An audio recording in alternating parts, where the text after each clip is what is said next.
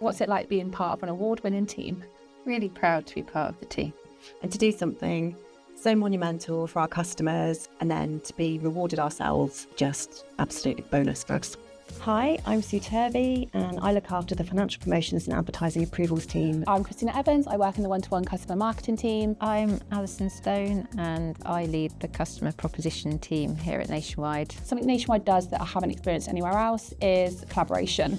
I think we're all part of one big team, even though if you don't work in the same small team, everyone chips in together. Nationwide is a unique organisation because it genuinely tries to put the customers at the heart of all the decisions it makes. So we won the annual award for the Big Nationwide Thank You. It was a culmination of all of the hard work. Delivering something so special for our customers, I think, was really rewarding. I think it's not actually the winning the award, but actually giving back to our members. The winning the award was just that added extra. We definitely have the opportunity to do more unique propositions because of our business model and the fact we don't have external shareholders to have to satisfy.